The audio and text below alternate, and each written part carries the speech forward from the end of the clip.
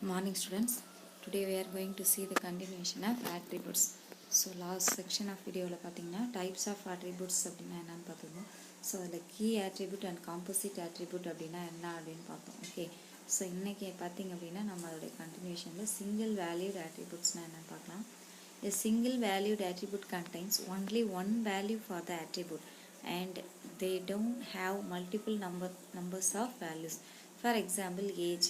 It is a single value for a person as we cannot give n number of ages for a single person. Therefore, it is a single valued attribute. So, single valued attribute na enna parunga. So, single value attribute அப்படிங்கும்போது so attribute அப்படினாலே என்ன ஒரு entity அதாவது ஒரு column. So அதில் பார்த்திங்க அப்படின்னா only one value தான் இருக்கும். ஸோ அந்த மாதிரி இருக்கிறது எல்லாமே சிங்கிள் வேல்யூ. ஸோ இது வந்து மல்டிபிள் வேல்யூஸாக எதுவுமே கொடுக்க முடியாது. அந்த மாதிரி இருக்கக்கூடிய வேல்யூஸை தான் சிங்கிள் வேல்யூ அட்ரிபியூட்ஸ் அப்படின்னு சொல்லுவோம். இதுக்கு எக்ஸாம்பிள் வந்து ஏஜ் சொல்லியிருக்காங்க. ஸோ ஒரு பர்சனுடைய ஏஜ் அப்படின்னு நம்ம எடுத்துட்டோம் அப்படின்னா அந்த பர்சனுக்கு ஏஜ் அப்படின்றது ஒன்று தான் இருக்கும் இல்லையா. ஸோ ஒரு 18 ஏஜ் அப்படின்னா 18 தான் இருக்கும். ஸோ அவங்க ஏஜுக்கு வந்து நம்ம n அப்படின்னு ஒரு நம்பரை வந்து நம்ம வந்து அசைன் பண்ண முடியாது. ஓகே. ஸோ ஒரு பர்டிகுலர் பர்சனுக்கு ஏஜ் அப்படின்றது ஒன் வேல்யூ தான் இருக்கும். அந்த வேல்யூவை தவிர்த்து வேறு வேல்யூ இருக்காது. ஒன் பர்சனுக்கு போய்ட்டு n அப்படின்னு போட்டால் அவங்களுக்கு 80 இருக்கலாம், 90 இருக்கலாம், 17 இருக்கலாம் அப்படின்னு நம்ம சொல்ல முடியாது இல்லையா. ஸோ ஏஜ் அப்படின்னா ஸ்டாண்டர்டாக இருக்கும் இல்லையா. ஸோ 1 இயர்க்கு அப்படியே ஸ்டாண்டர்டாக இருக்கும். ஸோ அந்த ஏஜோடைய வேல்யூ பார்த்திங்கன்னா சிங்கிள் வேல்யூவாக இருக்கும். இந்த மாதிரி இருக்கிறதா வந்து சிங்கிள் வேல்யூ அட்ரிபியூட் அப்படின்னு நம்ம சொல்லுவோம். அது மாதிரி roll number. So roll number அப்படிங்கும்போது ஒரு பர்சனுக்கு சிங்கிள் ரோல் நம்பர் தான் இருக்கும் இல்லையா. அது மாதிரி ரிஜிஸ்டர் நம்பர். ஸோ ஒரு பர்சனுக்கு சிங்கிள் ரிஜிஸ்டர் நம்பர் தான் இருக்கும். அது மாதிரி டேட் ஆஃப் பர்த் பர்சனுக்கு சிங்கிள் டேட் ஆஃப் பர்த் தான் இருக்கும். ஸோ இந்த மாதிரி இருக்கிறது தான் வந்து நம்ம வந்து சிங்கிள் வேல்யூ attribute அப்படின்னு சொல்லுவோம். ஸோ இந்த above example are the some examples for single valued attributes. So next பார்த்தீங்க அப்படின்னா இன்னொரு எக்ஸாம்பிள் கொடுத்துருக்காங்க. ஒரு பர்சன் அப்படின்னா அவருக்கு ஒரு டிகிரி. ஓகேங்களா. ஸோ டிகிரி அப்படின்னு கொடுத்துருக்காங்க. ஸோ ஒரு டிகிரி மட்டும் அவர் படிக்கிறார் அப்படின்னா அது ஓகேவா. அவர் டிகிரி ஹோல்டர் அப்படின்னா ஸோ அதுக்காக கொடுத்துருக்காங்க சிங்கிள் வேல்யூட் attributesக்காக. ஓகே. ஸோ நெக்ஸ்ட் வந்து multi valued attributes. A multi-valued attribute has more than one value for that particular attribute. For example, degree. A person can hold a number of degrees. So, it is a multi-valued attribute. So இப்போ பார்த்தீங்க அப்படின்னா multi value ஆட்ரிபியூட்ஸ்னால் என்ன அப்படின்னு நம்ம பார்க்கலாம். So இப்போ நம்ம attribute கொடுக்குறோம் அப்படின்னா அதுக்கு நிறைய வேல்யூஸ் மல்டி வேல்யூஸ் இருந்துச்சு அப்படின்னா அது மல்டி வேல்யூ ஆட்ரிபியூட்ஸ். இப்போ டிகிரி எடுத்துக்கலாம். Person can hold number of degrees. It is a multi valued attribute அப்படின்னு சொல்லியிருக்காங்க இல்லையா. ஸோ ஒரு பர்சன் எடுத்துட்டா ஸோ அதில் வந்து டிகிரி அப்படின்னு கொடுக்கும்போது ஸோ என்ன ஆகும். ஸோ நம்பர் ஆஃப் டிகிரி இருக்கலாம் இல்லையா. அப்போ டிகிரின் போது அதோடைய வேல்யூஸ் பிடெக், எம்பிஏ, பிஇ இந்த மாதிரி எம்பிபிஎஸ் வந்து டிகிரி வந்து வேறு இருக்கும். அது மாதிரி பேங்க் அக்கௌண்ட் அப்படின்னா ஒரே பேங்க்கில் தான் ஒரு அக்கௌண்ட் வச்சுருப்பார் அப்படின்ற நிறையா பேங்க்கில் அவர் அக்கௌண்ட் வச்சுருப்பார். ஸோ இப்போ எக்ஸாம்பிளுக்கு பாருங்கள் எஸ்பிஐ, ஹெச்டிஎஃப்சி அப்படின்னு கொடுத்துருக்காங்க. ஸோ இந்த மாதிரி நிறைய வேல்யூ இருக்கும். அப்போ ஒரு என்டிட்டிக்கு நிறைய வேல்யூ இருந்துச்சு அப்படின்னா அதுதான் என்ன அப்படின்னா மல்டி வேல்யூட் ஆட்ரிபியூட்ஸ் அப்படின்றது. ஓகே. ஸோ நெக்ஸ்ட் வந்து ரிலேஷன்ஷிப் டைப்னா என்ன அப்படின்னு பார்க்கலாம். ஸோ அவ்வளோதான் வந்து அது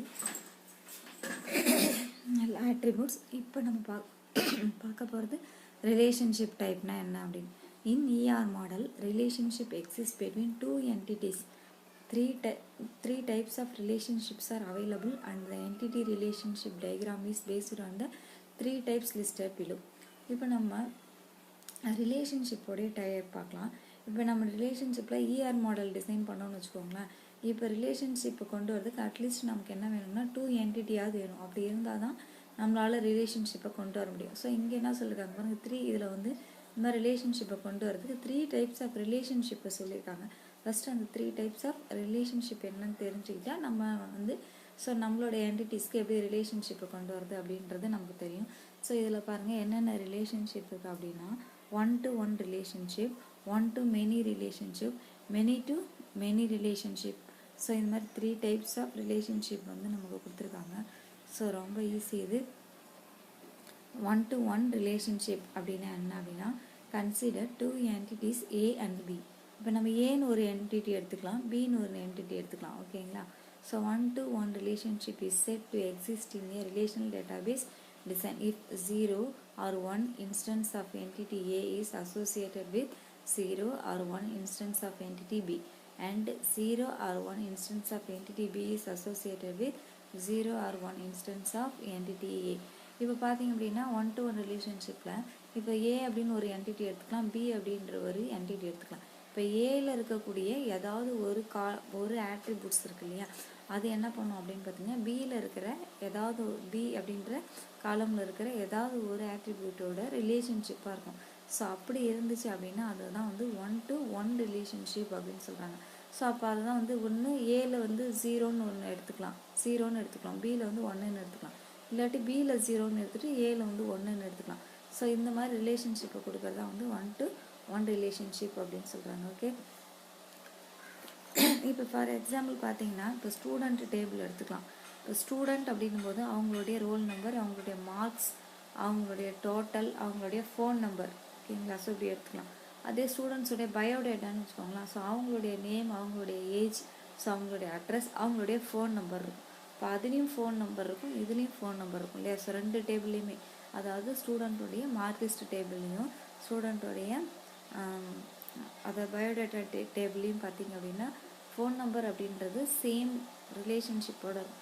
ஸோ அது இருந்தாலே என்ன பண்ணிக்கலாம், அந்த பர்டிகுலர் ஸ்டூடெண்ட் யார் அப்படின்ற அவருடைய அட்ரஸ் என்ன, அவருடைய டோட்டல் என்ன, எல்லா இன்ஃபர்மேஷனுமே நம்ம கேதர் பண்ணிக்க முடியும். இந்த மாதிரி இருக்கிறது தான் 1-to-1 ரிலேஷன்ஷிப் அப்படின்னு சொல்கிறாங்க. ஓகே, ஸோ இதுக்கான எக்ஸாம்பிள்ஸ் எல்லாமே பார்த்திங்கன்னா உங்களுக்கு ஷார்ட்டாக இதில் கொடுத்துருக்காங்க. ஸோ இதை பற்றி டீப்பாக பார்த்திங்கன்னா 12th கம்ப்யூட்டர் சயின்ஸ் புக்கில் இருக்குது. ஸோ அதை பார்த்துக்காங்க. உங்களுக்கு வந்து இதை வந்து ஷார்ட்டாக தான் கொடுத்துருக்காங்க சீக்கிரம். ஓகே, கம்ப்யூட்டர் சயின்ஸ் புக்கில் பார்த்தீங்கன்னா எக்ஸாம்பிளோட ஈஸியான எக்ஸாம்பிள்ஸோட டீட்டெயிலாக கொடுத்துருக்காங்க, அதையும் வாங்கி பார்த்துக்கோங்க. Next 1-to-many relationship. Consider 2 entities A and B. 1-to-many, 1:n relationship is said to exist in a relational database design. For one instance of entity A, there exists 0 or 1 or many instances of entity B, but for one instance of entity B, there exists 0 or 1 instance of entity A. இப்போ பார்த்தீங்கன்னா 2 entity A and B 2 entity எடுத்துக்கலாம். So இதில் 1-to-many அப்படின்னு வச்சுக்கோங்களேன். So ஒன்றுலேருந்து so many, so ஒரு என்டிட்டிலேருந்து so நிறைய என்டிட்டியை என்ன பண்ணுறோம், ரிலேஷன்ஷிப் கொண்டு போகிறோம். ஏற்கனவே வந்து ஒரு டேபிள் தான் இருந்துச்சு, அதாவது 2 டேபிள் தான் எடுத்துக்கிறோம். அதில் ஒரு என்டிட்டியும், அதாவது ஒரு ஆட்ரிபியூட்டும் இன்னொரு ஆட்ரிபியூட்டும் ரிலேஷன்ஷிப் கொடுத்தோம். இங்கே என்ன சொல்லிட்டாங்கன்னா ஃபஸ்ட்டு ஒரு என்டிட்டி எடுத்துக்கலாம், இந்த என்டிட்டிலேருந்து இன்னும் நிறைய என்டிட்டியோட ரிலேஷன்ஷிப் கொண்டு வர்றது தான் வந்து 1-to-many ரிலேஷன்ஷிப். ஒரு டேபிள், இப்போ ஒரு மேனேஜர் இருக்காங்கன்னு வச்சுக்கோங்க, ஒரு கம்பெனி எடுத்துக்கலாம். அந்த கம்பெனியில் ஒரு மேனேஜர் இருப்பார். ஆனால் மேனேஜர் கீழே பார்த்தீங்கன்னா நிறைய எம்ப்ளாயிஸ் இருப்பாங்க. ஒவ்வொரு எம்ப்ளாய்க்கும் தனித்தனி ரெக்கார்ட்ஸ் இருக்குது இல்லையா. ஸோ அந்த மாதிரி யூஸ் பண்ணுறது தான் 1-to-many ரிலேஷன்ஷிப் அப்படின்னு சொல்கிறாங்க. ஓகே, அதுதான் இங்கே கீழே எக்ஸாம்பிளாக கொடுத்துருக்காங்க. 1:n ரிலேஷன்ஷிப்பாக இருக்கும்போது so 1 instance for entity A.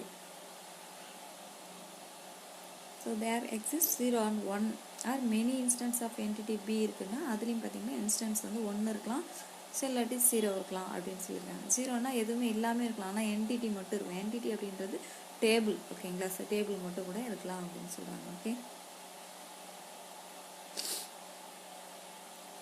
So next பார்க்க போகிறது many-to-many relationship. So consider 2 entities A and B. Many-to-many relationship is said to exist in a relational database design.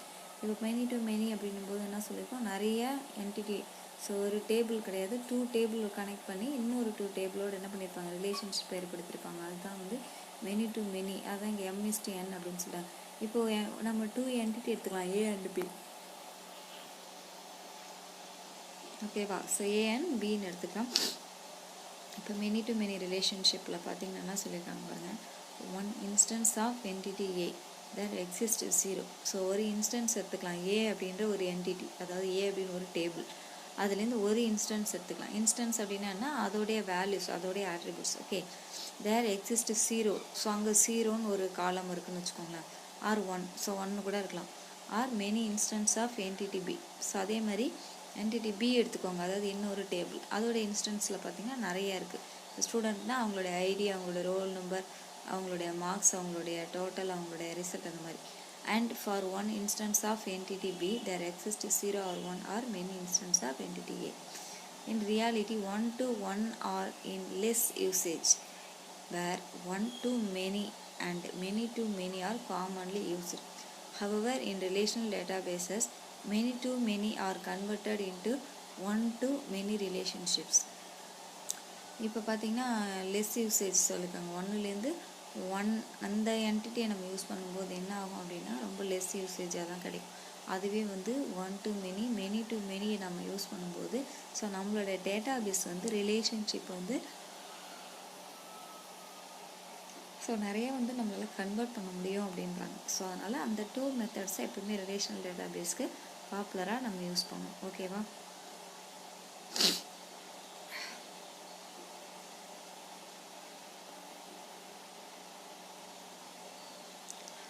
So next வந்து ரிலேஷன்ஷிப் இன்ஸ்டன்ஸ்னால் என்ன? So relationship instance. Each instance of relationship between members of this entity types is called a relationship instance.